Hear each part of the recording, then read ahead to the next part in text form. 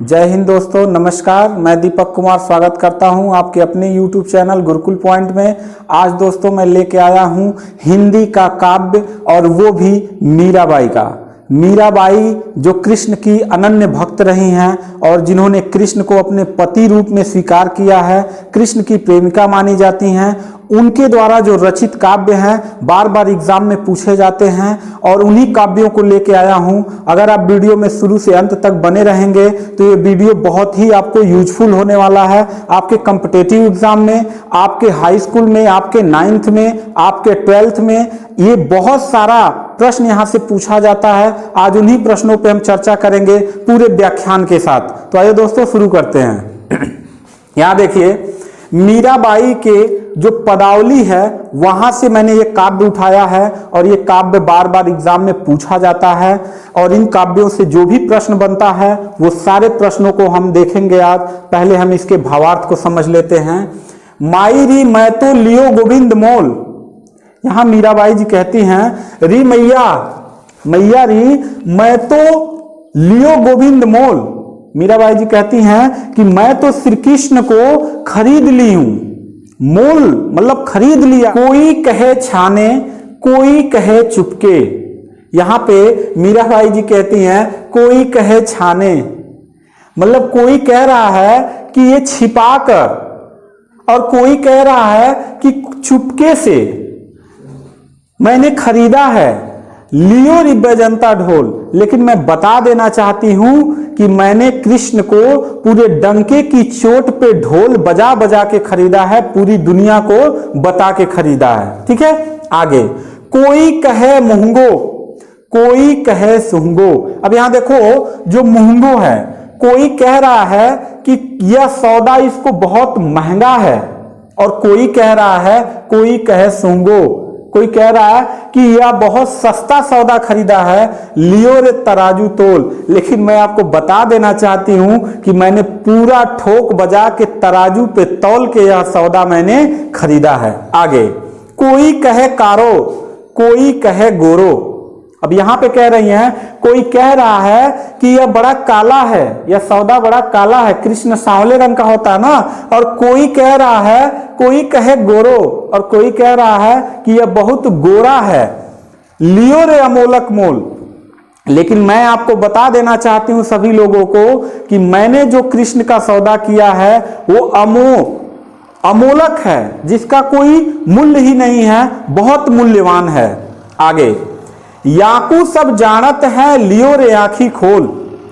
याकूर सब जानत है, पूरी दुनिया जान रही है कि मैंने आंखें खोलकर पूरा सौदा देखकर, पूरा ध्यान से देखकर मैंने खरीदा है। और आगे। मीरा को प्रभु दर्शन दियो, पूर्व जन्म को कौल। और मीराबाई जी कहती हैं कि मुझे भगवान श्री कृष्ण ने दर्शन दिया है, पिछले जन्म में जो वादा किया था उस वादे के अनुसार भगवान श्री कृष्ण ने मुझे क्या दिया है, दर्शन प्राप्त कराया है। अब देखो बच्चों, ये तो भावार्थ हो गया, बट प्रश्न कैसे आता है।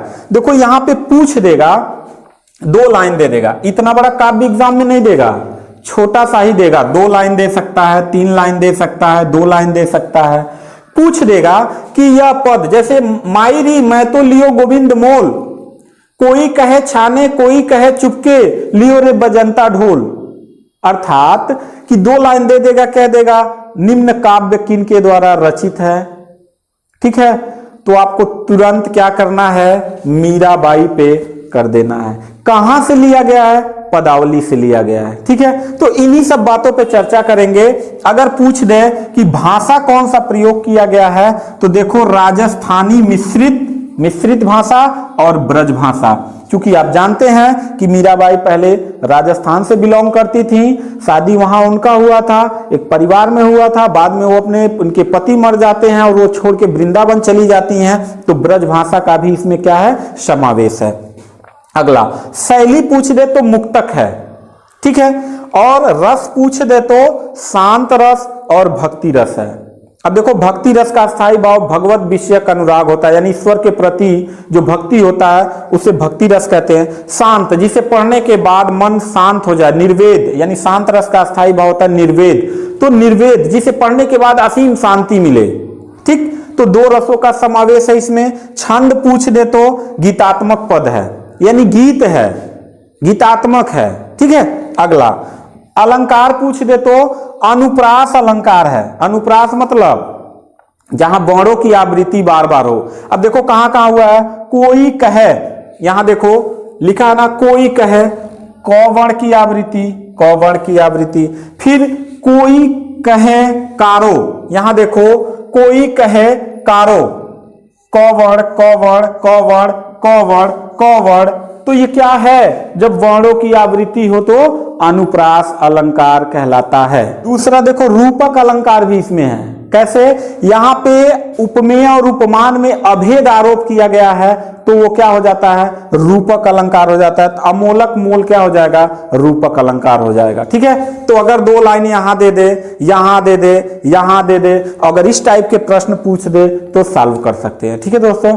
अगला एक प्रश्न और बनता है, यहां से पूछ देगा मीराबाई की रचनाओं के बारे में पूछ दे तो ये भी याद रखिएगा कि मीरा की पदावली, जहां से यह रचना मैंने आपको काव्य पढ़ा रहा हूं, यह जो है मीरा की पदावली से है। अगला राग गोविंद, ये भी मीरा जी की रचना है। राग सोरठा के पद, राग गोविंद, राग सोरठा के पद और राग बिहाग, ये भी मीराबाई जी का है। अगला गीत गोविंद का टीका।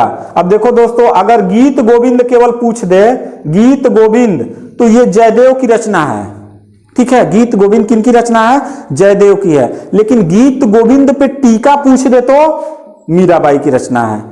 मीरा की मल्हार, ये भी इनकी रचना बार बार पूछा गया है। और अगला गरबा गीत, ठीक है दोस्तों। तो ये था छोटा सा काव्य, मीरा जी के पदावली काव्य से था। उम्मीद करता हूं कि वीडियो आपको बहुत अच्छा लगा होगा। और भी काव्य, अगर आप भावार्थ जानना चाहते हैं, काव्यों से रिलेटेड प्रश्न जो एग्जाम में बार बार पूछे जाते हैं, तो प्लेलिस्ट में जाइएगा, वहां काव्य नाम से, हिंदी काव्य के नाम से प्लेलिस्ट बना है। वहां सूरदास जी के, रसखान के, मीराबाई के, अन्य जितने भी कवि हैं जिन्होंने काव्यों की रचना की है, वहां पे मैंने बहुत अच्छे ढंग से समझा है, तो वहां से भी देख लेंगे। तो उम्मीद करता हूं कि वीडियो आपको पसंद आया होगा। थैंक यू, धन्यवाद।